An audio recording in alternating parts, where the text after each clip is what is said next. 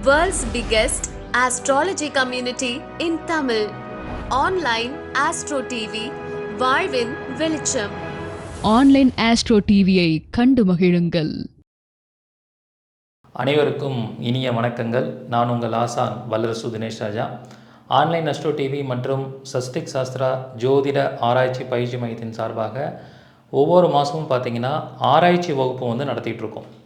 So 50க்கும் மேற்பட்ட ஜாதகங்களை நம்ம கிளாஸில் போட்டு ஒரு பர்டிகுலர் தலைப்பில் நிறைய ஆராய்ச்சிகள் பண்ணிகிட்ருக்கோம்.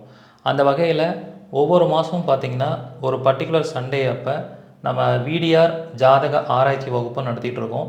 கிட்டத்தட்ட 22 வகுப்பு இந்த மாதிரி நடத்தியிருக்கோம். ஸோ இந்த மாதம் நம்ம பண்ண 23வது வகுப்பு.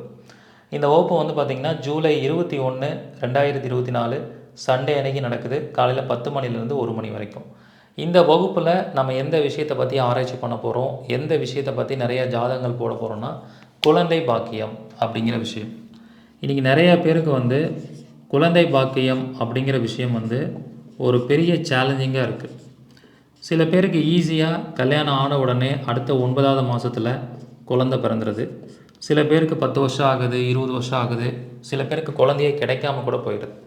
ஸோ இதுக்கெல்லாம் என்ன காரணம், என்ன விஷயங்களை ஒரு ஜாதகத்தில் நம்ம கம்பல்சரி பார்க்கணும் குழந்தை பாக்கியத்துக்கு அப்படிங்கிற விஷயத்தை பற்றி தான் நாம் இதில் ஆராய்ச்சி பண்ண போகிறோம். ஸோ அந்த வகையில் பார்க்கும் பொழுது குழந்தை பாக்கியத்தை குறிக்கக்கூடிய பாவம் அப்படின்னு எடுத்துக்கிட்டோம்னா 5ஆம் பாவத்தை நம்ம கண்டிப்பாக பார்க்கணும். 5ஆம் பாவத்தை கண்டிப்பாக பார்க்க வேண்டும்.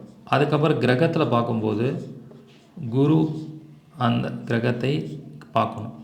காலபுருஷ தத்துவப்படி சிம்ம ராசி எப்படி பாதிக்கப்பட்டிருக்கு, நல்லா இருக்கா அப்படிங்கிறத பார்க்கணும். ஏன்னா காலபுருஷத்தோட 5ஆம் பாவம் சிம்மம், கிரக காரகத்துவத்தில் குரு, பாவ காரகத்துவத்தில் 5ஆம் பாவம். ஸோ இதன் அடிப்படையில் தான் ஒருத்தங்களுக்கான குழந்தை பாக்கியம் எப்படி இருக்குது அப்படிங்கிறத நம்ம தெரிஞ்சுக்க முடியும்.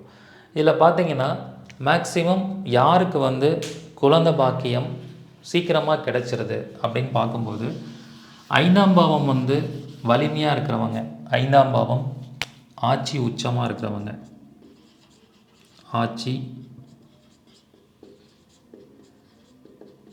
உச்சமாக இருக்கிறவங்களுக்கு, அதுக்கப்புறம் அதிக பாகை வாங்கியிருக்கிறவங்களுக்கு, 5ஆம் பாவ அதிபதி வந்து இருக்கிறதுலே ஹையஸ்ட் டிகிரியாக இருப்பார், அதிக பாகை வாங்கியிருப்பாங்க.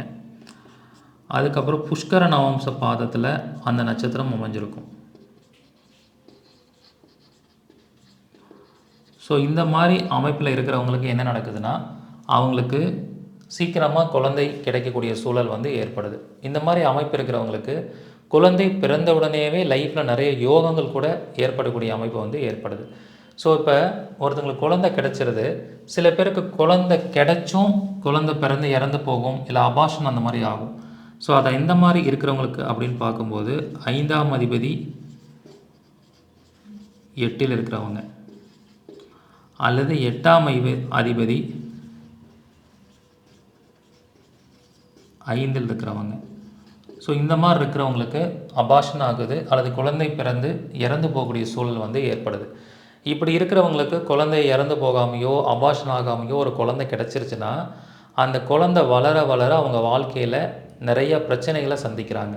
அந்த குழந்தை வளர்ந்ததுக்கப்புறம் திடீர்னு ஒரு விபத்தால் மரணம் ஆகுது, அல்லது அந்த குழந்தையால் இவங்க மன உளைச்சலுக்கு ஆளாகிறாங்க. ஏன் அந்த குழந்தை பிறந்தது அப்படின்னு வருத்தப்படுற அளவுக்கு வாழ்க்கையில் அவங்க குழந்தையோட வாழ்க்கையில் நிறையா பிரச்சனைகளை சந்திக்கிறாங்க.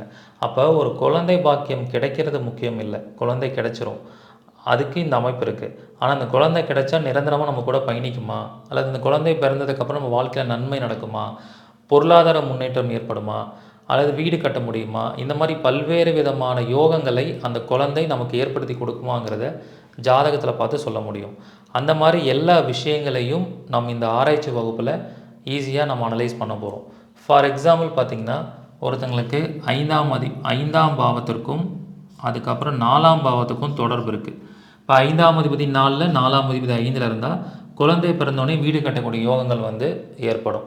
அதே கர்மா தீரிப்படி பார்க்கும்போது சில பேருக்கு வந்து அம்மா இறந்ததுக்கப்புறம் குழந்தை பிறக்கிற யோகம் வரும். யாருக்காவது 5ஆம் அதிபதி 4ல், 4ஆம் அதிபதி 5ல் இருந்தால் கர்மா டிரான்ஸ்ஃபர் அடிப்படையில் அம்மா இறந்துட்டாங்கன்னா அம்மாவே வந்து அவங்களுக்கு குழந்தையாக பிறப்பாங்க, ஒரு பெண் குழந்தையாக பிறப்பாங்க. அந்த மாதிரியான யோகங்கள் இந்த கான்செப்டில் இருக்குது.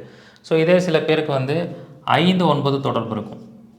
5-9 தொடர்பு இருந்தால் அவங்களுக்கு பார்த்திங்கன்னா பிறக்கக்கூடிய குழந்தை வந்து தெய்வ குழந்தையாக பிறக்கும். ஏதாவது ஒரு வேண்டுதல் வச்சு அந்த குழந்தை பிறக்கக்கூடிய அமைப்பு வந்து இருக்கும். இதே இந்த 9ஆம் பாவத்தில் 5ஆம் பாவத்தில் செவ்வாய் சம்மந்தப்பட்டால் முருகனுடைய வழிபாட்டால் முருகனுடைய வேண்டுதலில் பிறந்த குழந்தையாக இருக்கும்.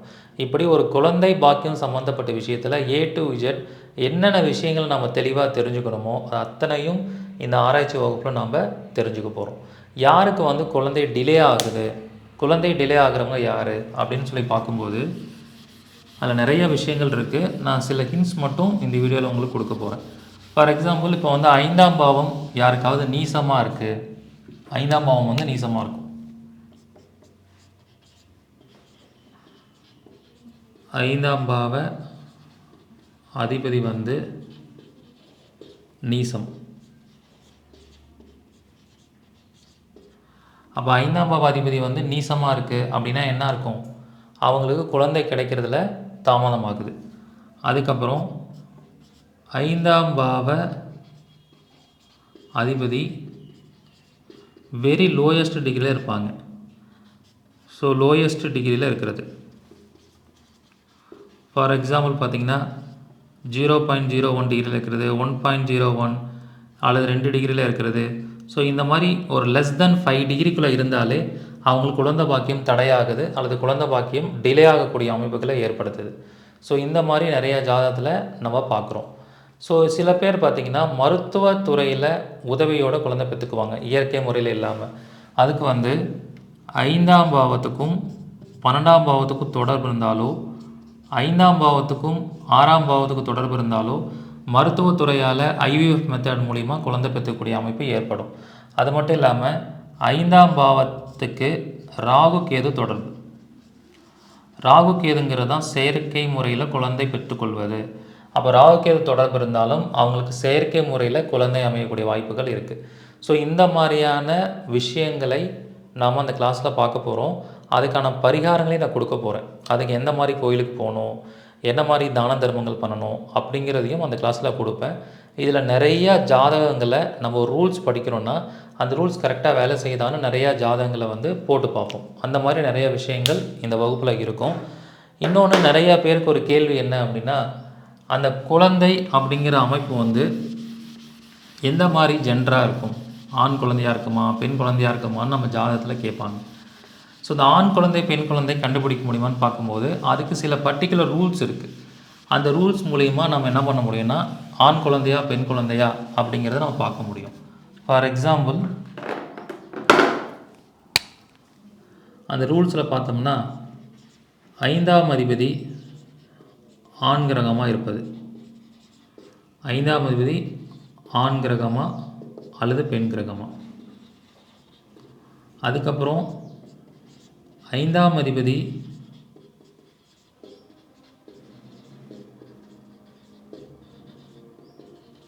நிற்கும் ராசி ஆண் ராசியா பெண் ராசியா. அதே மாதிரி 5ஆம் அதிபதியே ஆண் கிரகமா பெண் கிரகமா. சரி, ஏற்கனவே பார்த்துட்டோம். 5ஆம் அதிபதி நின்ற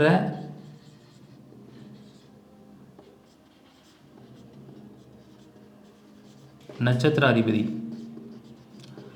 இப்போ வந்து ஒரு ஃபார் எக்ஸாம்பிள் ஆணா பெண்ணா, அது ஆண் கிரகமா அல்லது பெண் கிரகமா அப்படின்னு நம்ம பார்க்கலாம். ஸோ இப்படி நாம் அந்த கான்செப்டை அப்ளை பண்ணி எடுக்கலாம். இவ்வளோ ரூல்ஸ் அந்த கான்செப்டில் வந்து இருக்குது. சரிங்களா? ஸோ இப்போ வந்து ஒரு எக்ஸாம்பிள் ஜாதகம் போட்டோம்னா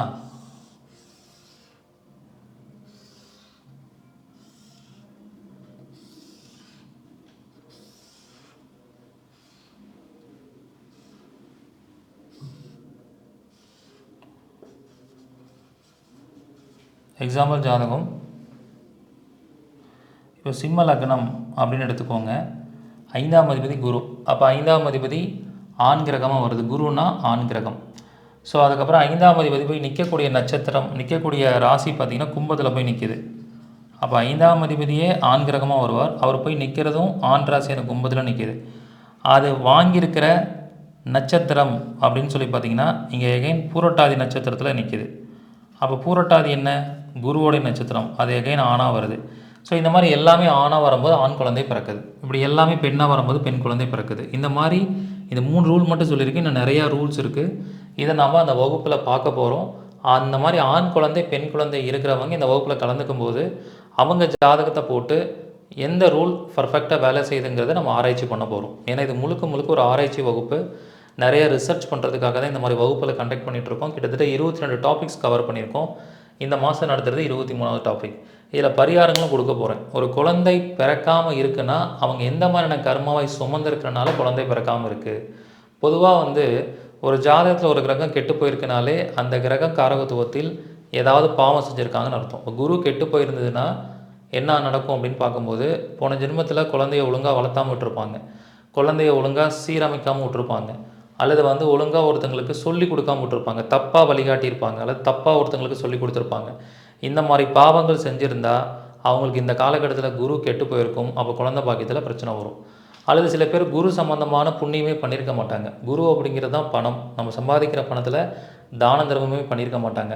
குழந்தைங்களுக்கு எந்த உதவியும் செஞ்சுருக்க மாட்டாங்க. இலவசமாக கல்விகளை போதிச்சிருக்க மாட்டாங்க. இந்த மாதிரி போதிக்காமல் விட்டனால குருவோடைய எனர்ஜி அவங்களுக்கு லோவாக இருக்கும். அவங்களுக்கு தான் குரு நீசமாக இருக்கும் ஜாதகத்தில். இது போன ஜென்மத்தோட கர்மாவை பற்றி சொல்கிறது. ஸோ அப்போ அந்த கர்மாவை மீண்டும் இந்த ஜென்மத்தில் செய்யாமல் இருக்கணும். அதுக்கான பரிகாரங்களை சொல்லணும். அப்படி செய்யும்போது என்ன ஆகும்னா இவங்களுக்கு குழந்தை பாக்கியம் உருவாகும். இந்த மாதிரி நிறையா மிராக்கல்ஸ் நடந்திருக்கு. குழந்தை பாக்கியத்துக்காக பரிகாரம் சொல்லி அந்த மாதிரி விஷயங்கள்லாம், மிராக்கலான பரிகாரங்களை பற்றிலாம் நம்ம வகுப்பில் படிக்க போகிறோம். இது இதுக்கான கட்டணம் 500 ருபீஸ் தான்.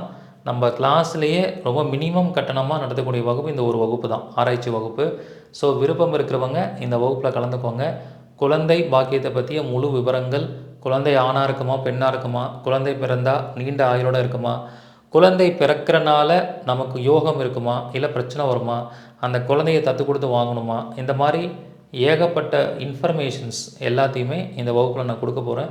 ஸோ இந்த வகுப்பு 3 மணி நேரம் நடக்கும். நிறைய ஜாதகங்கள் போட்டு பார்க்க போகிறோம். விருப்பம் இருக்கிறவங்க இந்த வகுப்பில் கலந்துக்கோங்க. இதில் பார்த்திங்கன்னா முதல்ல ஜாயின் பண்ணுற 200 நபர்களுக்கு மட்டுமே அனுமதி. விருப்பம் இருக்கிறவங்க சீக்கிரமாக முன்பதிவு பண்ணுங்கள். உங்கள் எல்லாரையும் இந்த ஆராய்ச்சி வகுப்பில் சந்திக்கிறேன்.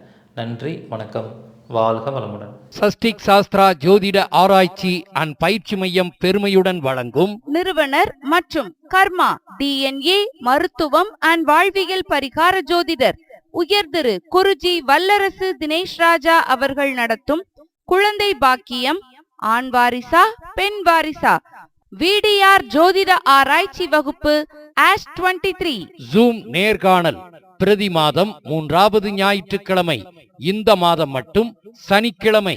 வகுப்பு நடைபெறும் நாள் 20/7/2024 சனிக்கிழமை காலை 10 மணி முதல் மதியம் 1 மணி வரை. மாத கட்டணம் ரூபாய் 500 மட்டுமே. வகுப்பின் சிறப்பம்சங்கள்: இந்த நிகழ்ச்சியில் முதல் 1 மணி நேரம் குருஜி அவர்கள் உதாரண ஜாதகங்களை கரும்பலகையில் போட்டு எப்படி ஆராய்ந்து பலன் எடுக்க வேண்டும் மற்றும் பிரச்சனையான அமைப்பிற்கு எப்படி பரிகாரம் எடுக்க வேண்டும் என்பதை ஜோதிடத்தில் உள்ள அனைத்து முறைகளையும் பயன்படுத்தி விளக்கமளிப்பார். பிறகு மீதி இருக்கும் 2 மணி நேரத்தில் கலந்து கொள்ளும் மாணவர்கள் தங்களுடைய சந்தேகங்களை கேள்விகளாக கேட்கலாம். அதற்கு குருஜி அவர்கள் பதில் கொடுப்பார். இந்த நிகழ்ச்சியின் மூலம் ஜாதகத்தை எப்படி ஆராய்ந்து பலனும் பரிகாரமும் எடுக்க வேண்டும் என்பதை துல்லியமாக அறிந்து கொள்ளலாம். ஆராய்ச்சிக்கு மாணவர்களின் ஜாதகங்கள், வெற்றி பெற்ற மனிதர்களின் ஜாதகங்கள் மற்றும் சிக்கலான பிரச்சனை உள்ள ஜாதகங்கள் எடுத்துக்கொள்ளப்படும். இந்நிகழ்ச்சியில் கலந்து கொள்ளும் முன்னாள் மாணவர்கள் குருஜி அவர்களிடம் கற்ற பாடங்களை திரும்ப திரும்ப ஆராய்ச்சி செய்து சிறந்த தொழில்முறை ஜோதிடராகி வெற்றி பெறலாம். குருஜி அவர்கள் நடத்தும் ஜோதிட ஆராய்ச்சி மையத்தில் இணைந்து பணியாற்றலாம். வகுப்பில் நடக்கும் பாடங்களுக்கு ரெக்கார்டட் வீடியோ வழங்கப்படும். முன்பதிவு அவசியம். முன்பதிவிற்கு செல் நம்பர் 9568372234 மற்றும் 9080066894.